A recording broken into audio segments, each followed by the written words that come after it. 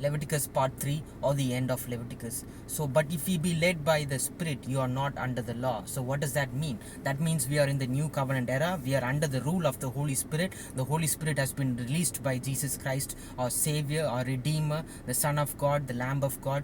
He defeated Satan on that cross. So, we don't need to do any more sacrifices that were given to Moses, that were commanded to Moses on Mount Sinai anymore. So like even the Jews don't do these anymore. So we who believe that Jesus is the one true eternal God and Lord and our Savior definitely don't need to do these sacrifices, but we need to respect them. We definitely need to respect them, what happened those days. So that means tithing is also included under this law. So that means this tithing does not come in the new covenant era anymore. You can be a cheerful giver. You can tithe to the poor, but you don't need to tithe to the priests and to their buildings anymore. That's not required anymore, because Jesus has already won the battle, and the veil of the temple was torn from top to bottom as soon as he defeated Satan on the cross, and then he resurrected on the third day. He is like the first fruit of all those dead. So of all the sin that happened from the beginning of the earth, the first fruit that appeared from the land is the Son of Man that resurrected on the third day. So he is that first fruit. That's what Paul says in the book of Corinthians. The Lord Jesus Christ is that first fruit, the only one that matters, and his grace is sufficient for us. We no longer need to do this anymore, these sacrifices, because the Holy Spirit will give us a permanent conviction in our heart that will change us and may make us into more righteous people, that are more favorable to be as children of the light. So I have said unto you, you shall inherit their land. You shall possess the land of Canaan, a land flowing with milk and honey. And be holy, because for I, the Lord your God, am holy. Again, the Lord repeats that. Be holy, because I, the Lord your God, are holy. So the religion that we are going or coming across, or the religion that we are in, there's only one religion, and that's called holiness. Christianity was the term just used, started from a place called Antioch, just to as followers of Jesus, or as a term to make it more easier. But from the beginning till the end, our Lord God is holy, so he wants us to be holy. So our religion is termed holiness. It is the way, the truth, and the life. So since Jesus came from heaven, he validated heaven. He validated heaven and proved heaven is real, and proved that there's one heavenly Father, and he came from that heavenly Father, and and that child that came in the Virgin Mary's through the Virgin Mary went back to the throne. So the child who ruled the earth with a rod was caught up to God and to the throne. So he went back, and now he resides within us. And so we are to make our body as a holy temple, as a residence for the Holy Ghost. That is the only thing that we can do to be grateful, or to show our thankfulness back to our Lord Jesus Christ, the only one true Savior. So a man or a woman that has a familiar spirit, or is a wizard, should be put to death. So meaning, we should not have any sort of relationship with people that practice black magic, and those that like to talk to Satan and all that. So priests were forbidden from defiling themselves by touching the dead people. So priests should not touch the dead people, then they are considered as unclean. And they shall not make baldness upon their head. So you're not allowed to shave off your entire head in those days. And then another thing is the holiness of priests. So you do not profane the name of God. The biggest problem in Tamil Nadu, or probably in India, is probably the entire earth is profaning the name of the Lord, and that is what makes the Lord very angry. And that is why he said he's going to give plagues after plagues. 7 times he says he will chastise us for the more we sin. So we are to stop profaning the name of the Lord. The name of the Lord should not be used in vain. So don't profane the sanctuary of God, for the crown of the anointing oil is upon him. So these priests those days, they were not allowed to just go and roam around freely, or go on tours, or go and have fun. They're supposed to stick inside their sanctuaries, because the crown of the anointing oil is upon them. So that's the priesthood of Aaron, and his sons. So, and he shall take a wife in his virginity. So priests should marry a woman that are a virgin. You should not take up a one that is a whore. It's clearly given in the Bible. And he shall eat the bread of his God, both of the most holy and of the holy. So give the bread that is coming as a tithe to the building take a portion of that. I think they were allowed to take a portion of the breast of the meat or a portion of the bread for themselves. So nowadays pastors are allowed to work. You're allowed to work as well as to spread the gospel as well. You're free. You can do both. So you're supposed to support your own ministry. Even Apostle Paul was a tent maker, and he said he gave the gospel freely, because the gospel was given to us freely. And just because he spread the gospel freely, it looked like made his competitors look bad. But Paul said he doesn't care about it. That's not his problem, he said, because that's how much he loves the Lord Jesus Christ. And the Lord Jesus appeared as a vision in front of Paul. So if Paul worked, we must work as well and support our own ministry. Jesus clearly said, when you go to your neighbor to tell them, you don't expect that you need money to go to your neighbor. If he accepts you inside, you say peace be unto you, and preach the kingdom of God. That is the only thing that we're supposed to do. So then in the 14th day of the first month, so that's Jan 14th, is the Lord's Passover. Then from the 15th day is the feast of the unleavened bread. So 7 days he must eat unleavened bread. When you come into the land which I give unto you, you shall reap the harvest thereof. Then you shall bring a sheaf of the first fruits of your harvest unto the priest, and you shall wave the sheaf before the Lord. Meaning that you are dedicating what's holy unto the Lord. The first fruits or the first seeds you are dedicating to the Lord. It belongs to the Lord. Those days it belonged to the priest and to the Lord.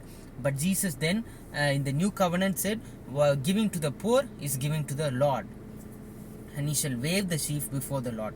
So 1 Corinthians 15:20, but now is Christ risen from the dead and become the first fruits of them that slept. So all those sacrifices and all those holy tithing that were given in the past, we got the best first fruit, that is Christ risen from the dead. Amen. And when ye reap the harvest of your land, thou shalt not make clear riddance of the corners of the field when thou reapest. Neither shalt thou gather any gleaning of thy harvest. Thou shalt leave them unto the poor and the stranger. Even the old covenant says, thou shalt leave them unto the poor and to the stranger. And the old covenant is also strict about, even when if your brother is poor, even though your brother is not close to you and he's become like a stranger, you are not allowed to just leave him like that. You must bring him into your land and you must support him. And even if you give him one of your piece of land, you should not ask any rent or any interest from it, or try to make profit out of your brother. And you should strictly follow these rules, because only then you are respecting the Lord your God. So speak unto the children of Israel, saying, in the 7th month, in the first day, so Jan 7, shall you have a Sabbath, the memorial of the blowing of trumpets at the holy convocation.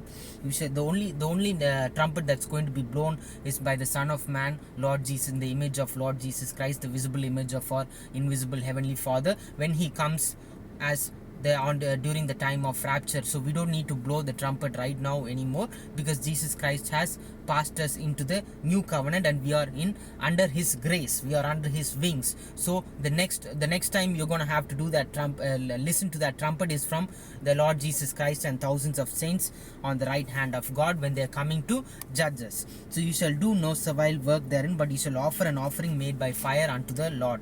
So then you shall take you on the first day the boughs of goodly trees and all the palm trees and thick trees, and you shall rejoice before the Lord your God 7 days. So remember, palm trees were waved in front of our Lord Jesus when he was riding the donkey entering Jerusalem. So that is the people acknowledging him as the blessed, the King who has come in the name of the Lord. So over there it's proved that Jesus, again the prophecy has been fulfilled, and Jesus came and they waved the palm trees at him, meaning he is the name of the Lord.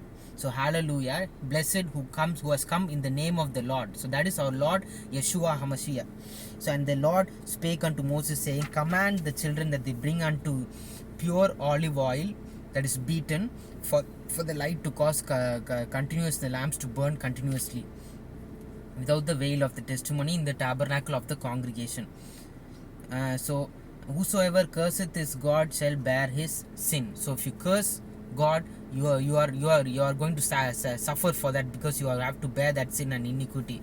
So you should not in any way blaspheme the Son of Man or the Holy Ghost or the Heavenly Father, who are all one. So, and he that killeth any man shall be put to death. So again, this is why you cannot mix the Old Testament and the New Testament rules, because in the Old Testament, when someone killed a person, you are allowed to kill that murderer. Right now, we are the only one that judges is our Lord Jesus Christ. So, and breach for breach, eye for eye, tooth for tooth. So we can't do that anymore. So if you think that tithing is the only thing that you're going to lift up in the Old Testament, you're supposed to do breach for breach, eye for eye, and tooth for tooth. And if anyone that causes a blemish in a neighbor, like if someone blinds an eye of another guy, then you're supposed to blind that guy as well. So if you're going to lift up the tithing, if the tithing is the favorite thing of your entire ministry, then you're supposed to do the remaining stuff as well. And that means you don't respect the first fruit, that is Jesus arising from the dead. So 6 years you sow thy field, and 6 years thou shalt prune thy vineyard, and in the 7th year it is the Sabbath of rest. So, and another thing is the 15th year is the year of Jubilee, and these Levites, they don't have a permanent property, but they have a permanent place of residence, and nearly 48 cities are occupied by the Levites or the descendants of Aaron. They are not given permanent property, that is, the property is not written in their name, but they are given a permanent place of residence. So probably that's so that they won't misbehave, or they won't spoil the sanctity or the holiness that has been anointed from the Lord to Moses, and Moses to Aaron. So you shall keep my Sabbaths and reverence my sanctuary and follow my commandments. Then I will surely give you rain in due time. So the rain from clouds is fully under the power of our Lord Jesus Christ, or the Heavenly Father. It is coming directly from heaven. He gives us when we need it. He gives us so that we get plants, and those plants give us oxygen. Those plants give us fruits. So he says, if you do your commandments properly, I will give you what you need. Just like how the birds and the beasts get everything that they need, even though that they don't pray. But we are made in the image of our God. So man and woman were made in the image of God in the Genesis period. So we are supposed to obey our Lord God. The animals don't need to obey, but we are different. We need to obey our Lord God. So, and only then I will walk among you, and I will be your God, and you shall be my people, and then the land of Canaan will be yours. And so another thing that echoes in the entire Old Testament is the land belongs to Lord God. You can buy any amount of property, you can sell it to any amount of people for any amount of profit, but in the end it all belongs to our Lord God. So that is why even in the 15th year, the year of Jubilee, it goes back to the initial owner. So it will be redeemed back to the initial owner. But those are again all old laws. But nevertheless, laws or no laws, the entire earth, the entire land belongs to our Lord God, and He can take it back whenever He wants. So, and I will set my face against you if you do not follow the commandments, and I will watch your enemies slain you, and they will reign over you, and you shall flee even when none pursued. You will be in constant fear, because that's so much problem. I will appoint over you terror, consumption, sorrow of heart, and you shall sow your seed in vain, for your enemies shall eat it. So whatever hard work you do, it is all going to go to your enemies. Your enemies are only going to consume your fruits and your labor of the fruits of your labor, if you don't follow the commandments of our Lord God.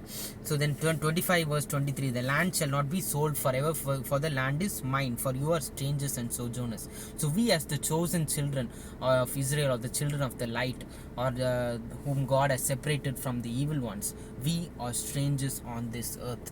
We are temporary in this land, and we are working for our Heavenly Father. Imagine how much great this judgment day is going to be. The Lord God that made this entire thing and makes this entire earth work, imagine how much more there's going to be in heaven.